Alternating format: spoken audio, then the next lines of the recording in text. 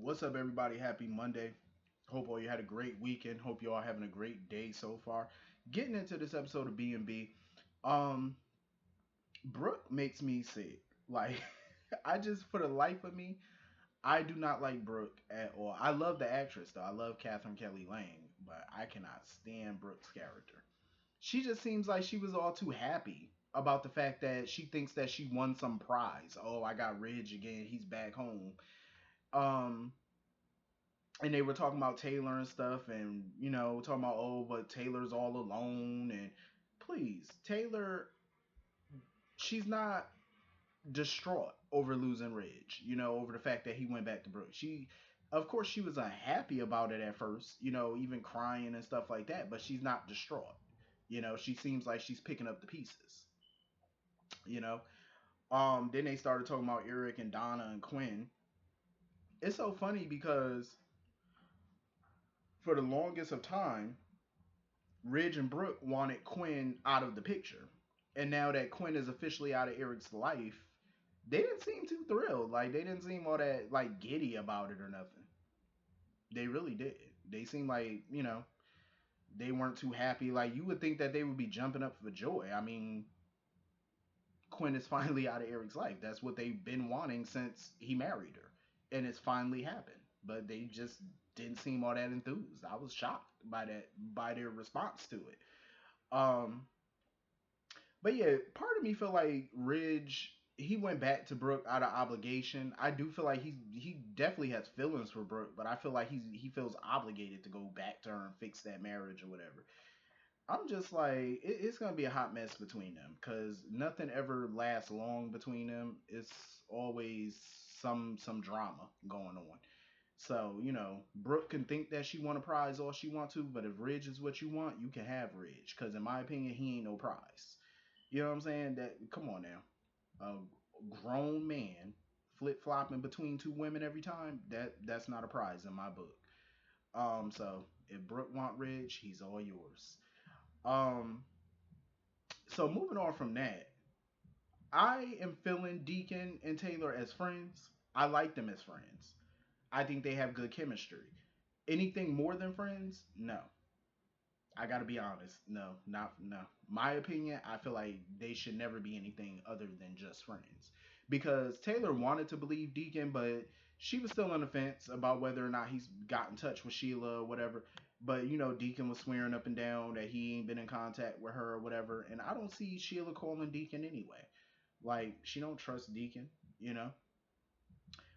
So of course Taylor had to break the news to him that Ridge and Brooke were back together. He didn't really seem all that surprised because he was like he kind of figured that that was gonna happen at some point, and I'm glad Taylor realized it too because she was like she kind of in the back of her mind realized it was gonna happen.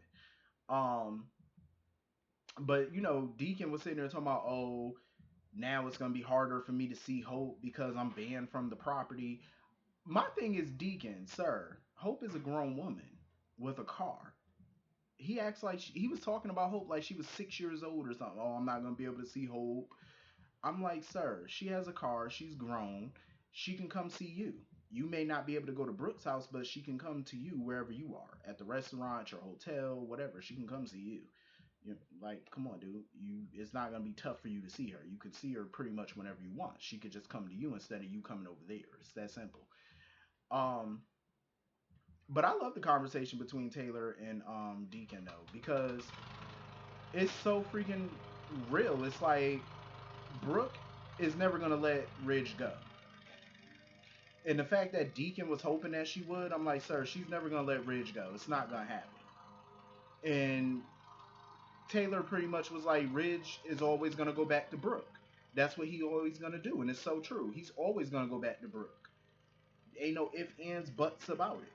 You know, that's just the roller coaster that they're always gonna be on. And I'm glad Taylor realized all of this because at the end of the day, when she was spending time with Ridge when he moved out of Brooks' house, that was just them reminiscing about the past. That was them being all nostalgic about what they had back in the day. And I feel like, honestly, in my honest opinion, I feel like Ridge and Taylor need to leave their relationship in the past. Like, she needs to move on to something bigger and better, than Ridge. Like, why would you want somebody that's flip flopping? Like, no. I feel like there's definitely somebody out there better for Taylor than Ridge Forrester. I'm just saying, not Deacon, but somebody else.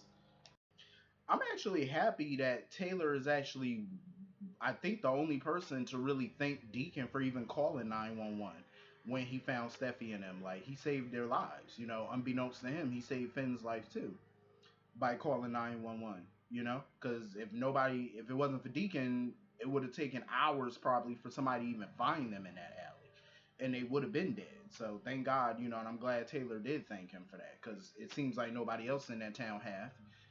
Um, so anyway, moving on from that, I listen. I'm so here for Finn and him talking to his inner self, like in his thoughts about Sheila, about how evil she is. I love it because he loathes that woman. Um, but I love the game that he's playing, and that's the game that I wanted Finn to play. Like, you have to string Sheila along in order to get out this mess. You got to play her. You got to play her. You know what I'm saying? You got to get in her mind, make her think that, oh, you're on her side, you're forgiving her, just to let her guard down. That's the only way. Cause Sheila's continuing to play that little delusional game of, oh, I didn't mean this and it was an accident. She loved playing that little delusional game, and I'm glad Finn played along with her. And he looked like he wanted to cringe so bad when Sheila walked up to his bedside and stuff to stroke his cheek. He just looked like he wanted to cringe, and he tried hard not to, because he needs to gain her trust at this point. He needs to get in her mind so he can get the hell out of there and get to Steffi and the kids and stuff. And I love how he played her like a fiddle, basically telling her like, "Oh, you know, I love you. You're my mom."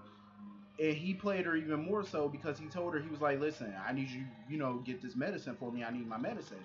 And she ended up leaving. But my thing about Finn is, I feel like he needs to play the game a little longer. Like, he needs to gain her trust even more. You know what I'm saying? I understand he's quick to get out of there, but he's not back at full strength yet. He was struggling to sit up. You know what I'm saying? He's not ready to get out that bed yet. He needs to let her nurse him back to full strength, full health, so that way when he gets another opportunity to get out of there, he'll be at full strength to do so. You know what I'm saying? Like, just keep stringing her along. Sometimes, you know, you got to play the long game a little bit, and that's what I want Finn to do with her. Play the long con.